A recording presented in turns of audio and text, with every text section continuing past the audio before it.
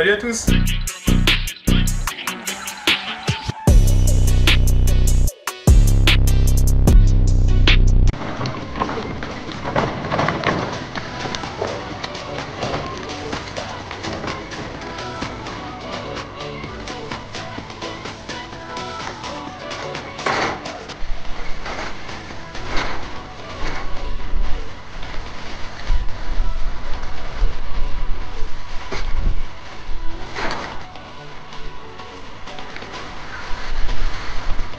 Salut à tous. Aujourd'hui on se retrouve sur cette énormissime Karcher. Donc de la marque Karcher, sinon c'est un nettoyeur haute pression. C'est le modèle HDS 200 BR 132, donc avec un moteur de 10 chevaux qu'on a ici, un Honda G400. Lui c'est la source du problème. On sait qu'il date de 1989, qui nous sort 80 degrés à 150 bars ou 140 degrés à 30 bars. Ça bouffe 9,2 litres d'eau par minute à 30 bars et 18,3 litres d'eau minute à 150 bars. Donc déjà on a une petite plaque châssis avec toutes les infos utiles. Donc on a un réservoir de fuel ici, un réservoir de produits nettoyants, une sorte de bouton de réglage de la pression de pompe. Ici, ça c'est pour les produits, donc moins ou plus, la température moins ou plus, le démarrage de la chaudière, témoin d'allumage de manque de produits, témoin d'allumage qui a la chaudière chauffe trop, ça c'est pour appliquer les produits chimiques, le starter pour le moteur, la clé off, on et start Honda avec le double, et ici la température à laquelle l'eau sort. Bon, la jauge, on voit plus rien à travers. Ici on a la génératrice 220 volts ou 230 volts pour faire chauffer la chaudière. Derrière on a la pompe Karcher entraînée par courroie. Donc c'est un appareil qui a déjà été un peu démonté comme tu le vois. J'ai normalement toutes les pièces. Derrière se cache, il y a le Honda G400, donc un 10 chevaux, 406 cm3. Je crois que c'est le moteur qui équipe le F800. Donc voilà l'énormité. Il manque du coup, ouais, il manque bien la clavette volant moteur. Mais en plus elle est spéciale, donc ça va être marrant. Mais bon, bah, tout ce qui est allumage a été entièrement démonté, pas remonté, ni protégé. Le réservoir a déjà été bricolé, donc vraiment très très mal fait. Ici on a une réserve de produits, donc je sais pas à quoi ça sert. J'ai essayé de trouver le manuel d'utilisation en ligne de l'appareil. Ici c'est l'emplacement de la batterie 12 volts pour le démarrage électrique du moteur. Là on a une sortie, alors je sais pas si c'est la sortie produit chimique ça,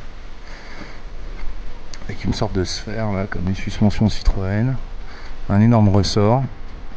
Donc ça c'est peut-être l'activation de la pompe, je pourrais pas vous dire. En tout cas on a un tuyau qui est branché au milieu, donc ça je pense que c'est les produits, puis ça c'est le sortie eau chaude. On a la chaudière ici, que je vais devoir découvrir, parce que l'ancien proprio avait stocké des pièces ici, notamment ça que j'ai retrouvé ce matin. Un passe-câble et puis le couvre vis platiné, condensateur. On a un petit réseau électrique ici, avec des fiches étanches un peu endommagées. De toute façon ça faudra l'ouvrir pour regarder dans quel état c'est pas plein de corrosion. Et de ce côté là il n'y a pas grand chose à part ici l'échappement, ici la sortie d'air chaud, je sais pas quoi, la pompe. Et on a un capot qui est vraiment en très bon état pour l'âge de la machine. Donc au niveau châssis, c'est pas forcément facile à le déplacer. Il y a deux grosses roues derrière. Et devant, il y a deux roues folles, dont une qui a pas très bonne allure. Hein. Tu auras ça aussi à regarder. Et la priorité aujourd'hui, ça va être de voir si le moteur fonctionne. Bon, j'ai avancé avant de manger sur la chaudière. J'ai réussi à enlever le dessus, qui est très sale. Enfin, je trouve très sale.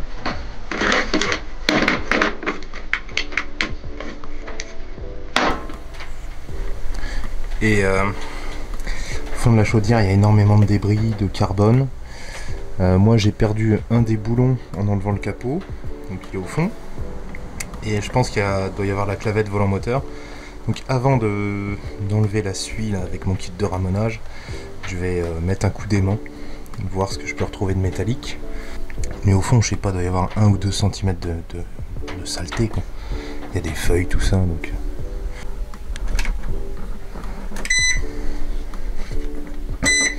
Je vais mettre ça en route, parce que je vais démonter et passer le carburateur du moteur là-dedans.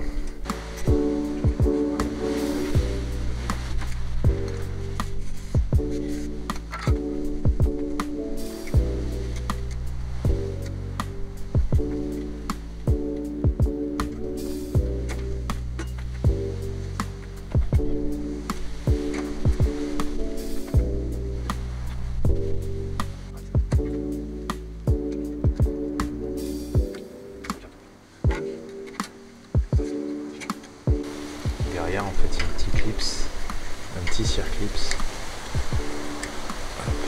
Impeccable. Ça, c'est cool. À mon avis, ça va pas être très joli là-dedans. Il y a de l'essence qui pue. Des petits sédiments. Ah ouais, c'est de la vieille essence. C'est un White Spirit. Carbu pointeau, moteur, les gicleurs à démonter, ça, vis de richesse, toutes les vis que je veux. Lui il est tordu et grippé, donc je vais démonter tout le carbu, je vais passer à la cuve à ultrasons. C'est un Keihin DB.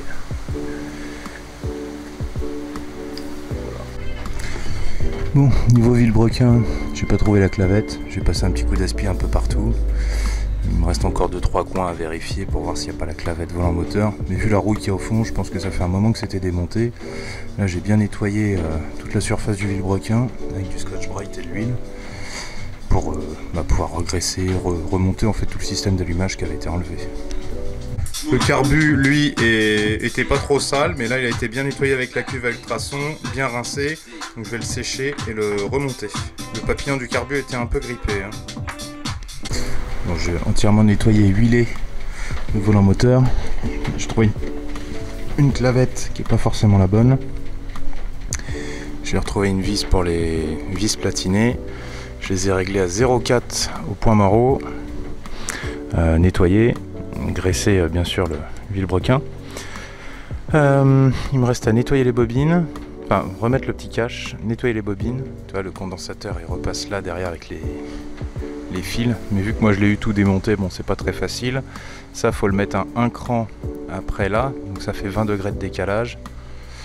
Donc voilà, on va remettre le petit cache, nettoyer les bobines, enfin trouver des vis aussi pour le petit cache.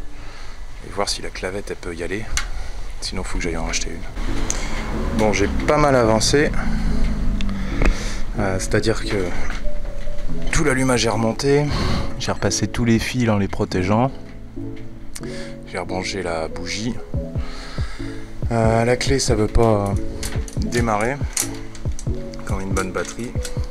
Par contre ça fait tourner le démarreur et il y a de l'allumage quand je touche les fils, enfin l'arrière du solénoïde du démarreur. L'étincelle est pas folle, mais en soi avec de l'essence fraîche, je vois pas pourquoi ça ne pourrait pas démarrer. Donc je pense que c'est quelque chose qui a été démonté il y a un certain temps. Et du coup, vu qu'il n'y avait plus la bougie, je vais mettre un peu d'huile moteur par le trou de la bougie. Léger, faire tourner plusieurs révolutions de moteur. Il y a déjà de l'huile dedans qu'il faudrait qu'on vidange. mais on va déjà voir si ça pète.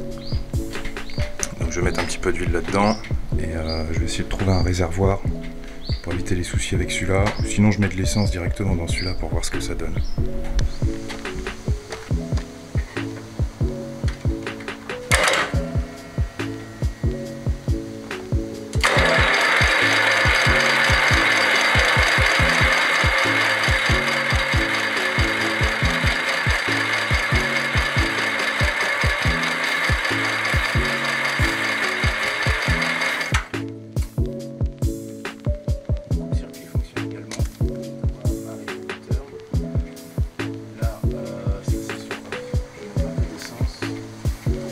Je m'embête un peu, alors je risque de le remonter.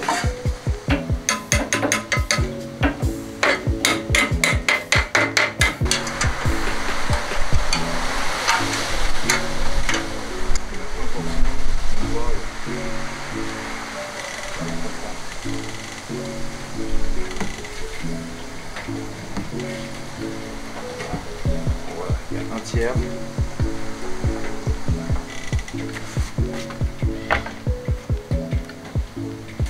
De fuir le truc pour l'instant,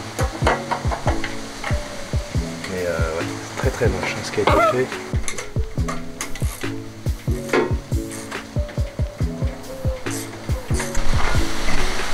Je vais remplacer ça. Il a le droit à une belle durite jaune fluo, ça n'a pas l'air de fuir. C'est parti.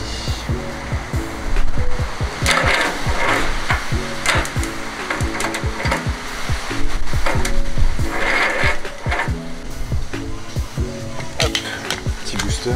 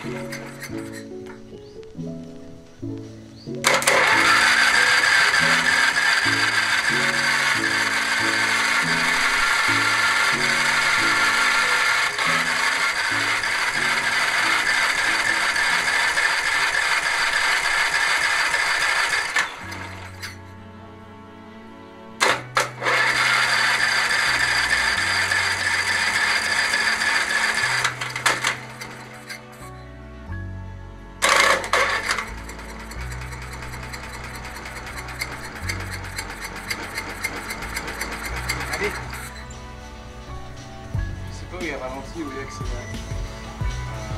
Je vais mettre un peu de gaz manuellement.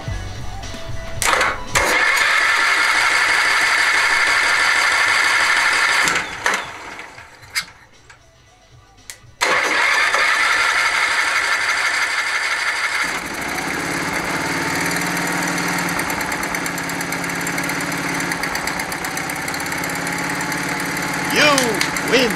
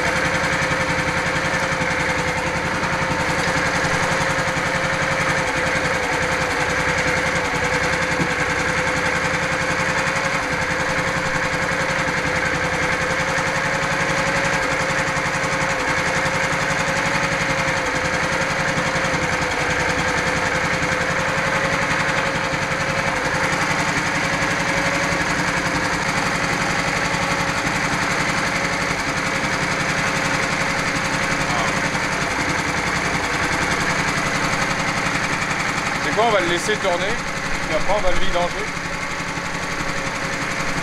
Il est neuf le truc. Comme ça là tu énerves un peu parce qu'il grippe un peu là-haut.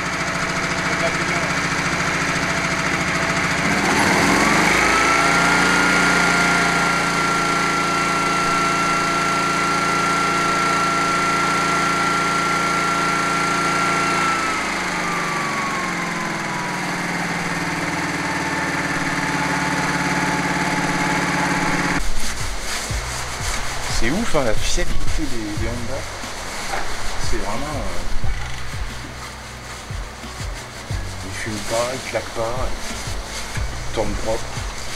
Juste le papillon de carbu un peu grippé.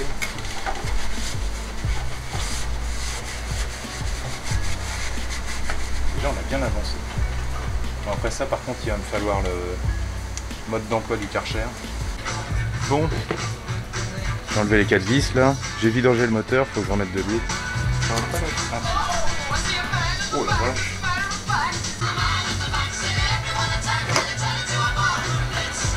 Il y a un transport qui se balade. Ça se balade. Il y a 2 équerres en métal mais ça se balade. Il manque les vis qui tiennent.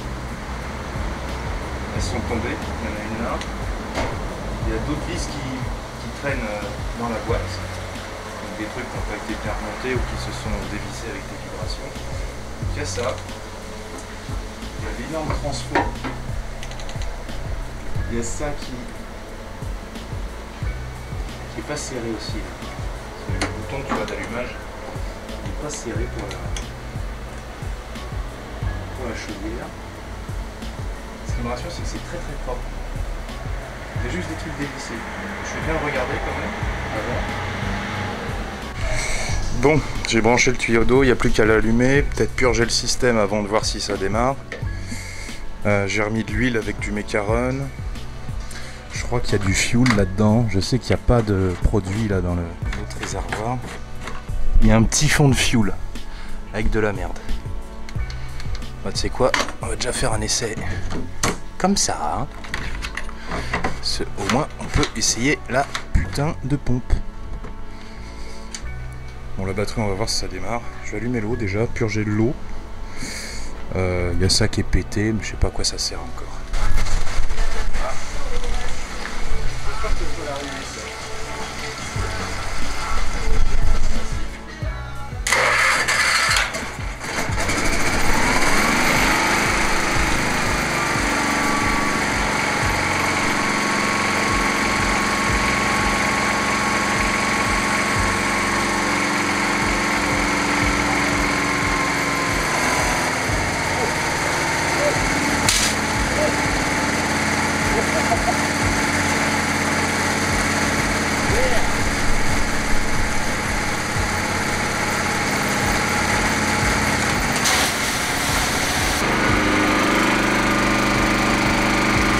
Ça devrait souffler. Il n'y a pas d'eau chaude pour l'instant, mais... Bon, j'ai déjà démonté cette roue là, qui a été pétée. Donc c'est pour ça que j'ai mis un serre-flex autour. J'ai remis de la graisse, je vais remonter avec le petit capuchon. Bon, j'ai démonté le réservoir, parce que j'en trouve pas de neuf sur internet. En tout cas pas à des prix abordables. Donc j'ai enlevé les 15 couches de saleté qu'il y avait. Et en fait ils ont... Je sais pas pourquoi ils en ont mis partout, parce que la fuite vient d'ici, alors que le réservoir n'est pas rouillé à l'intérieur. Il n'y a pas de marque de fissure non plus, mais quand je mets de la pression, ça fuit ici. Donc ce qui sera fait, c'est réétanchéification par l'intérieur et puis l'extérieur repeint proprement.